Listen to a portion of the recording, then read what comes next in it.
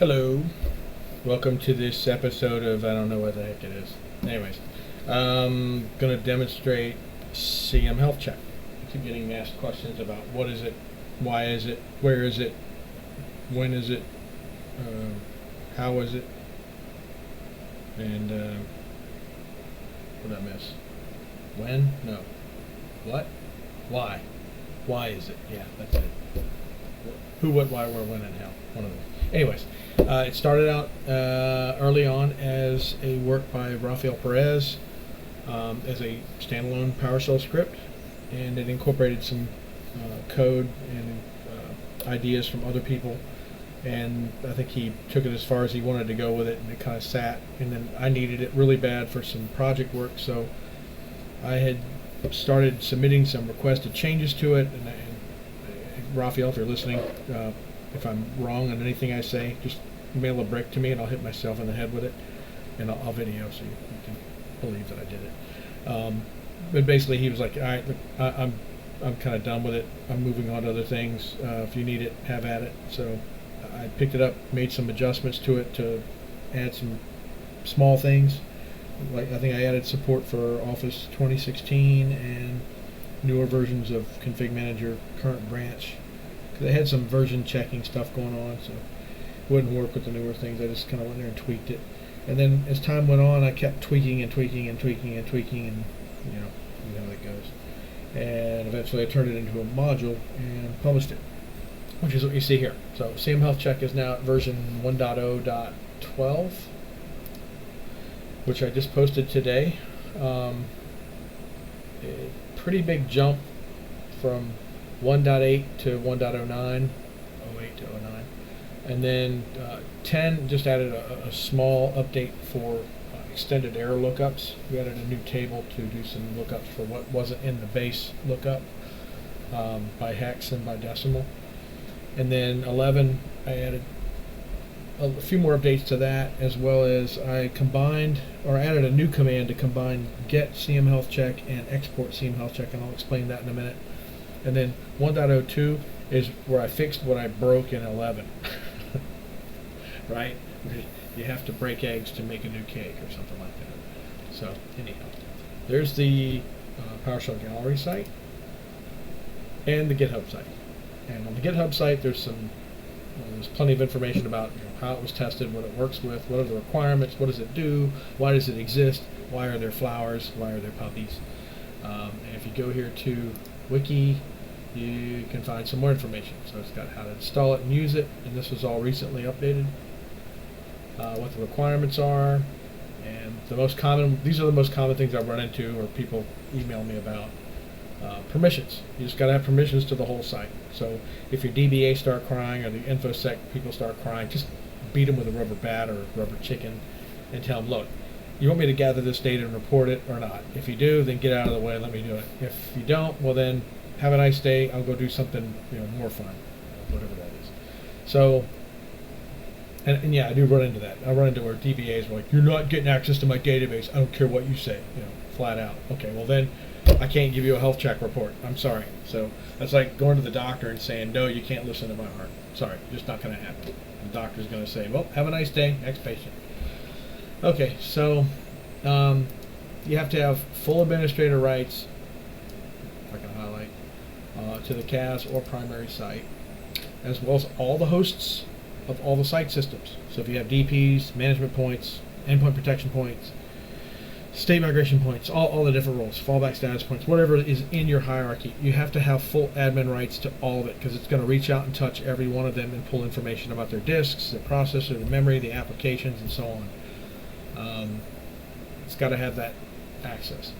So that's what this line is. And then for SQL, it'll run if it doesn't have full rights to the instance, but it will not run if it doesn't have rights to the database. And by that I mean, for the instance, that's the host SQL Server environment in which the database is running. So that includes the database, the security roles, maintenance plans, SQL agent jobs. When you're looking at that in the console, that's what I'm talking about. So actually, let me just pull that up instead of blabbering. Blabber, blabber, blabber.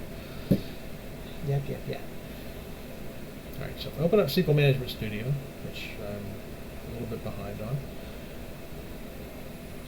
And it connects eventually. Clink. And we go here. Oops. This is the instance I'm working with right here. So this instance can have multiple databases, which it does. All right, so this is pretty bare bones. I'm working with a customer right now that has a database instance where the configuration manager database, the report server, and the susDB are shared with, I'm not kidding you, 40 other databases. And whatever, it's fine. They loaded it up with shovel loads and forklift loads of RAM and CPU cores, and it seems to run fine, even though they got a bunch of crap, a lot of children running around that Chuck E. Cheese on a Saturday morning. It still seems to be getting the job done. So they have a lot of help desk ticketing systems and other inventory systems and MBAM and you name it, all running on that server. It seems to be working. So if you're doing that, it works. Hey, my hat's off to you. I don't even have a hat. Just keep in mind, and I reminded them of this, that the license that comes with the System Center is good for System Center only. In their case, they said, yeah, we know, but we don't care. We're going to use our paid license to host it, and we're fine with that. I said, okay, well, if you're fine with it, everybody's happy. Let's all just drink the Kool-Aid. So, anyways, there you go. Alright, so I have a site system server. Let's give you a little tour of what I've got here in the lab. If it'll actually come up.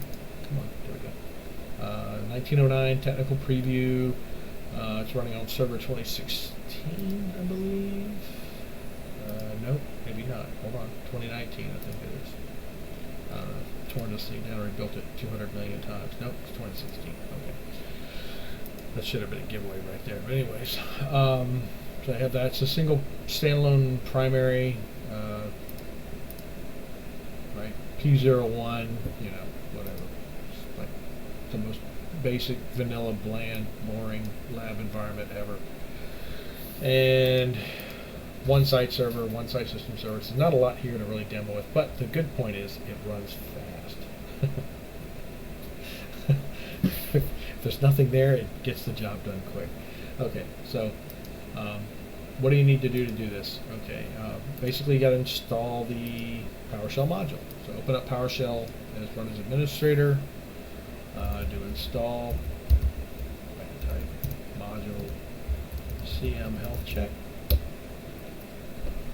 Let it run. It'll install DBA tools, which is a module for talking to SQL Server.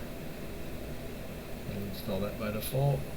If you don't have it, it installs the latest version. If you already have it, it's I don't have a version check, so it'll just leave whatever you have. I do recommend 1.0 or later. Just keep up the latest, you'll be fine. There we go. So now if we do get command and modules and health check, should see 4 commands. Knock knock, should see 4 commands. There we go. Okay, so the legacy commands are get CMHealthCheck, which gathers all the data, and then export. So it used to be a 2-step process, and you can still run it as a 2-step process. You can still run those like you have been if you've been using this.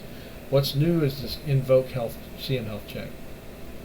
It basically acts as a front end to those two. So it just runs them together, generates the HTML report. So if you're not familiar with CMHealthCheck, the export function has an option for Microsoft Word and HTML.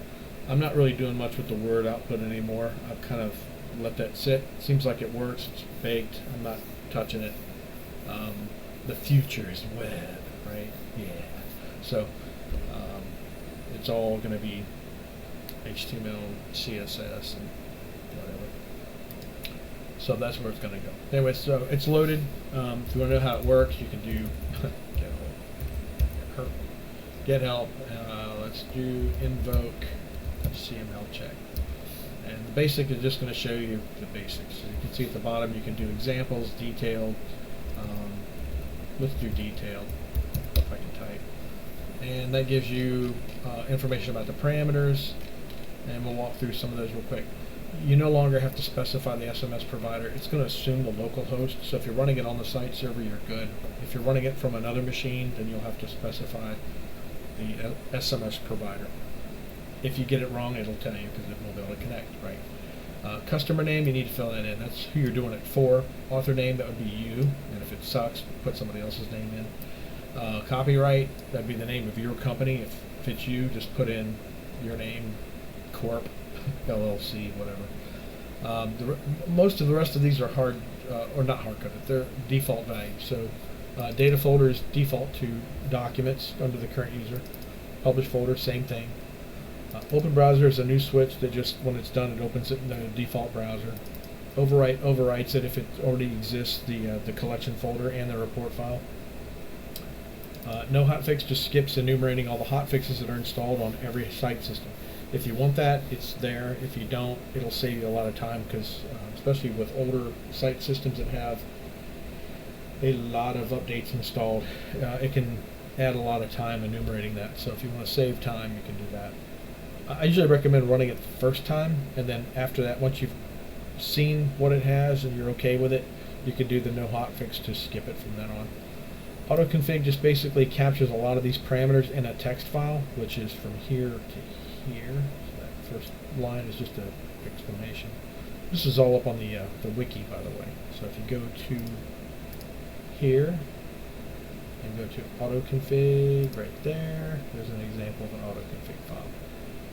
So this has, notes about it, what it's tested with, what it works with, what are the requirements. I already showed you that. Support, there's no support, just go to issues. Update history, what else? Known issues, antivirus, permissions, what it's tested with. And that's pretty much it for that.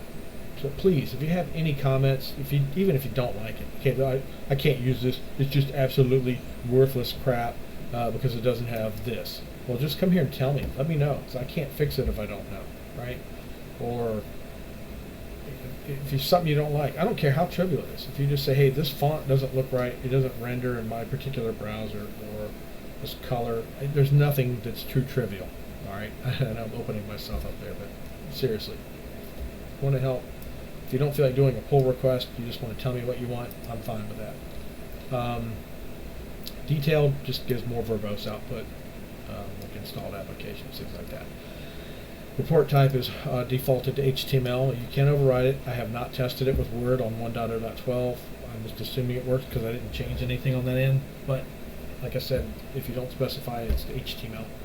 Number of days is for the component and site status logs and the status health messages. It goes back how far. The default is 7 days.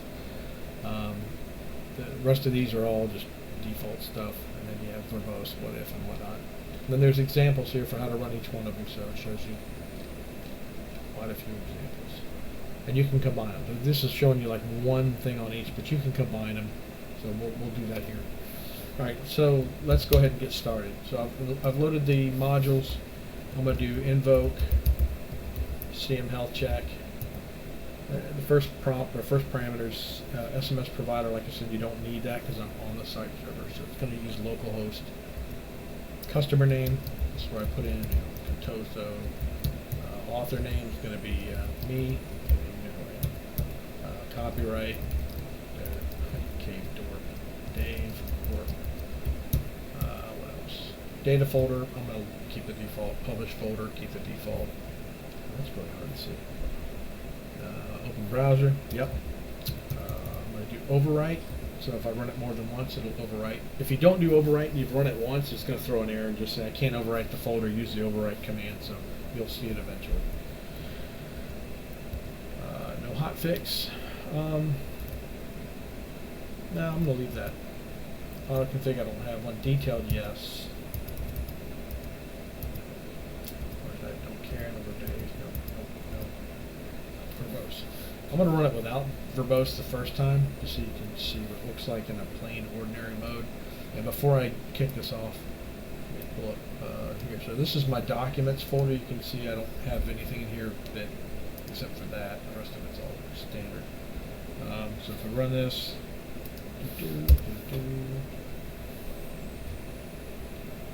there's 6 steps in the data collection process, and then it goes on to the export process. So it's going to run, collecting the site systems, SQL information, components, information about the assets, the devices, the software, and whatnot.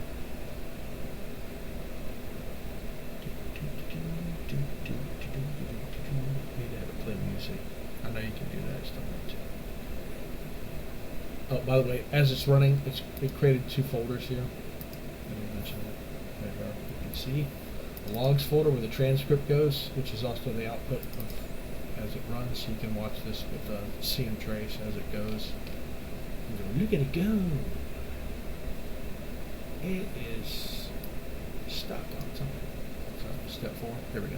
So you can see it's moving along. So you can watch it there or there. And if you look under this date stamp folder, it's going to create a folder for each site system. I only have one, so I only have one folder. But now you can see it jumped over to generating the HTML report, so it should open here any second. Yeah, any second. He said any second. There we go. Okay, so there you go. Generated a report file and open it up. So you can see at the top you've got some information about when it ran and where and who ran it. There's my mention of Raphael and David O'Brien. Their code found its way into here one way or another. Here's some information about the site, the SQL database, site maintenance tasks, which ones are enabled when they're set to run, so forth and so on. Backups. My backups are running from config manager, not SQL. Component information. I got some that are critical. For whatever reason, 1909 really blew this one right here out of whack. I'm getting a bunch of Office errors, Office added inventory errors. Service connector. I got some warnings. Had a power outage. WSUS synchronization. Client settings, what else? Operating system information, disk utilization, network, what roles are installed, Windows services, a lot of Windows services.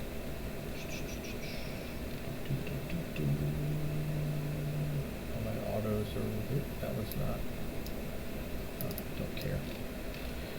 I don't have any biometrics anyways. I'm an Android. Okay, installed software. Because I did detailed flag, it brings in all this. And again, these are done for each site system. So if you have 20 site system servers, this will repeat times 20. And I mean the roles, the OS, the disks, the network, services, hot fixes. It can get really big. This report can get ridiculously huge. Local groups. Local users, if you have the Ola Hallengren database maintenance plan installed with the database called CM Monitor, it's going to look for CM Monitor. Let me know if that needs to change. I have 2 customers that decided to use a custom name for that database. So, like DB maintenance is one, and I forget the other one. Information about the database files, how big they are, the gross settings, where they are. Fragmentation, index fragmentation above 50. So this has been a point of discussion. Okay, argument. I really don't care. I'm on the sideline watching the tennis match. When does it matter? Does it matter when it's over 20 or when it's over 80? I don't know. So you DBAs kill each other. Whoever's left winning, tell me who won. I'm fine with whatever you want it to be. And CPU weights, well, 86% of them are weighting 13%. Okay, gotta work on that. I have room for improvement. See, replication, I only have one site, there's no replication. Component errors, I've got a lot of component errors, I gotta look at those. Content not distributed, yeah, I imported a crap ton of drivers and my piloting package, stuff like that, which I haven't distributed. And it's a lab environment, who cares? Clients reporting errors. I have some that are shut off. That one was powered down for a week and a half. I got 2 machines with the client version is behind the site version. They'll catch up because I just did the 1909 yesterday, and they have a 7-day grace period. So, none of them are hurting on there. Look at that. They all have perfect disk, perfect everything. They're just awesome. They're just so perfect. Software deployment summary. So these are deployments, which goes off the end of the page. So here, successes, failures, in progress, unknowns, other, and so on. So they're all there. Can you tell I'm tired? It's Friday. I'm really tired.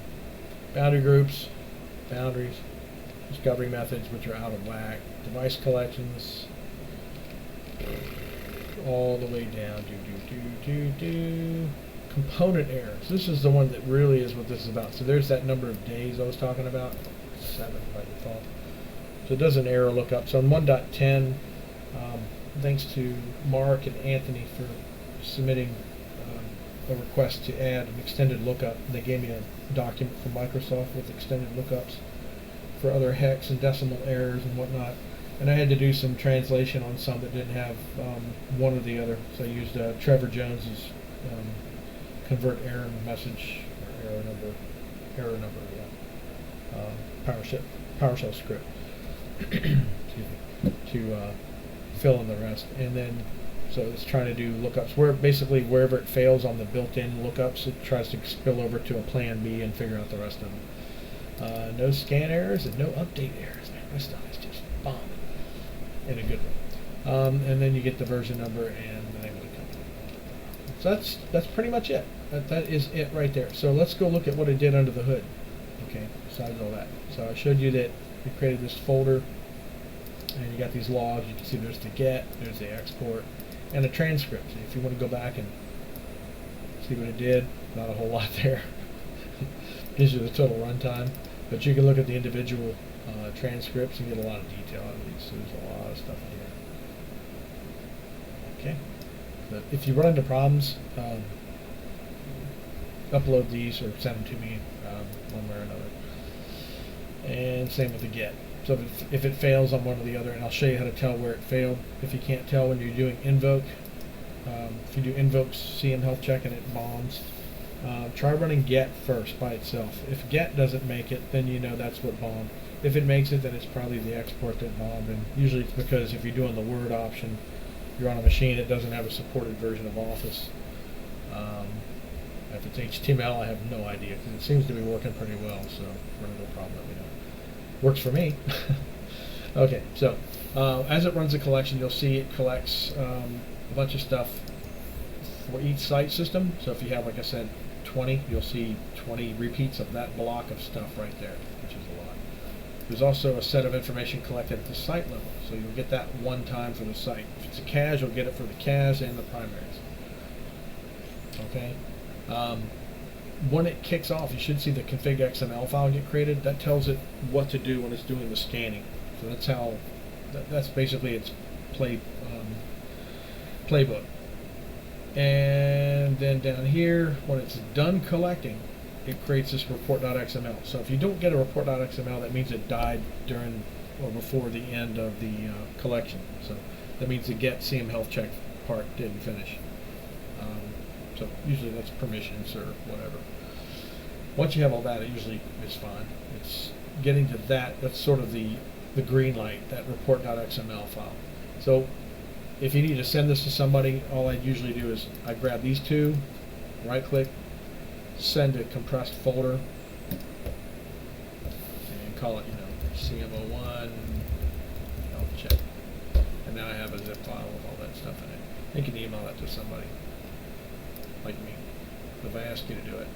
So for this simple site, it was 240K. If you're doing a large site, I did a CAS environment once with a 160,000 machines, I think it was. And that size for the zip file, again, this is a previous release, but it's roughly the same, was around 5 megs, I think, when it was zipped up. So yeah, it's still fairly compact. Now, where it creates a problem is at the application layer. So if you generate a really large report using the Word option, you can kill Word, even 64-bit Word. And I've also seen it many times myself, and I've had customers tell me about it, and I've mentioned it to Microsoft a few times in the past. I haven't lately. There is a weird issue with Word, even up to 2019 and 365 on a monthly service plan, which is monthly channel.